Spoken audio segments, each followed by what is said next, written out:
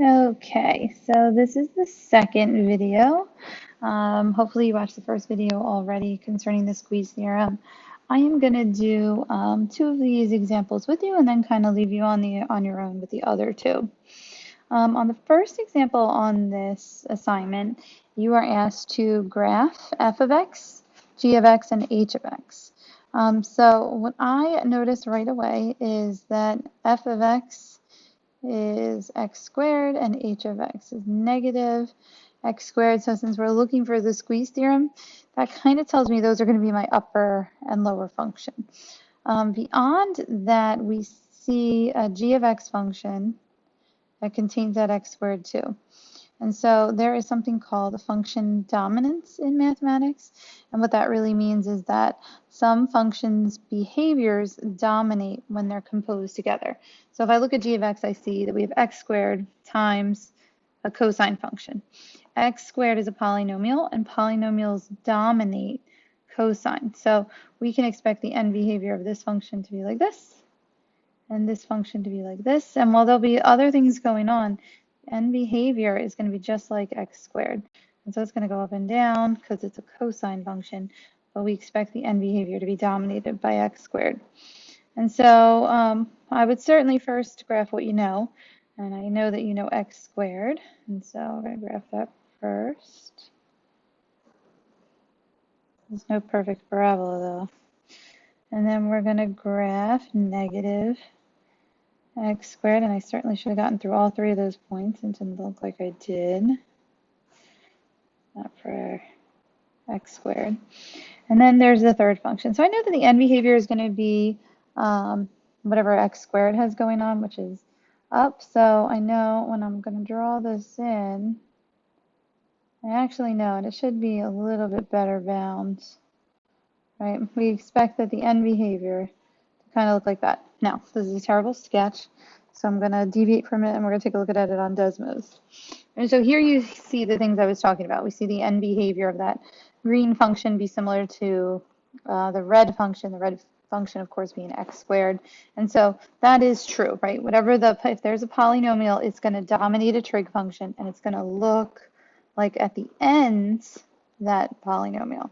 So here's a better sketch, but what we see is that our function is squeezed between x squared and negative x squared.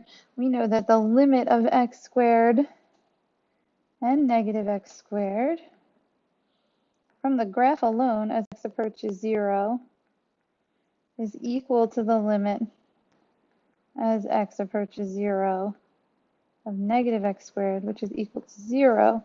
Therefore, by squeeze theorem,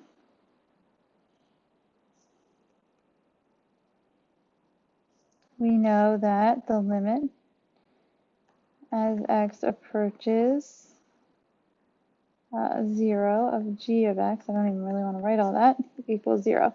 Now you should have somewhere wrote that h of x is less than g of x is less than f of x. And we see that in the graph, but you still have to restate that if this is any type of open-ended problem. Okay, if I look at example 2, I think that is a great follow-up problem to the first problem I did on page 39. So I want you to take a look at this one, page 39. I think it was problem A. I think that one is one I'm going to save for you to do.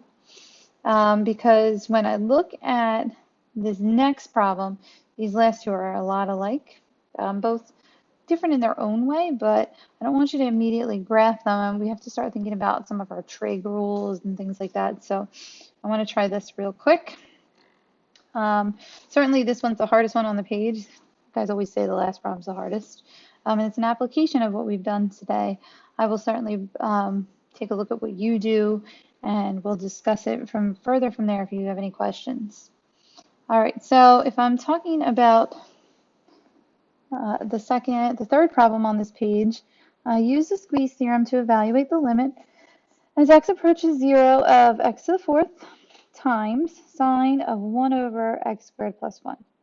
Okay, so to start with these problems, now they're not saying where it's bound. So you need to think about who the upper function and the lower function will be. As we saw in the first example, this x to the fourth, it's going to have its end behavior. So x to the fourth kind of looks like that. And of course, there's different variations. It could just look like a parabola. That's actually what x to the fourth looks like. But if there was anything else going on, it would look like that w. So what does that mean? Like, how does that come about that we know that? Well, what we know about sine functions is that we know that range, right? We know that this is sine of 1 over x squared plus 1. And regardless of what's going on in these parentheses, we know that our bound didn't change here because we have no a value in front of sine, and it's not added or subtracted to it. So we know that the amplitude wasn't changed, and there was no vertical shift up or down. So since this is true for the range, therefore, we know that this function is going to be stuck between these two things.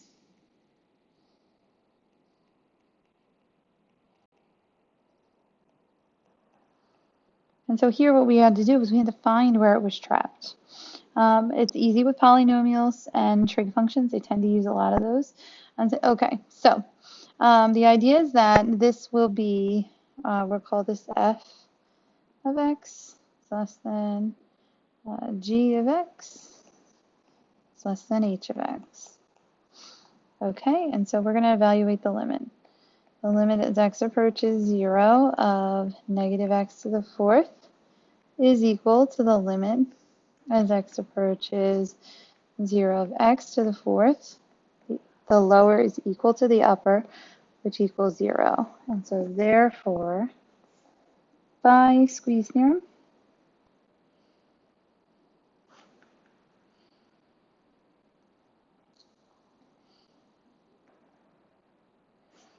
the limit as x approaches 0 of x to the fourth sine of 1 over x squared plus 1 equals 0.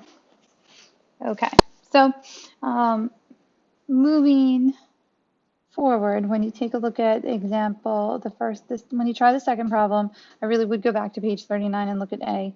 When you're trying this fourth problem, it's very similar to the one we just did. I think what you're going to have to think about a little bit is how does this 3 change things? And then, of course, we will go over it moving forward. Okay, if you have any questions, certainly try to use Desmos if you're a little confused as to whether or not it's trapped between two functions when looking at the fourth one. You also can graph the third one I just did, and you certainly could graph the second one. You're not always going to be able to graph them. Certainly Desmos won't be available all the time, but it's an option for today. All right, take a look at those and get back to me. Please make sure you like and comment and finish this assignment. Take care.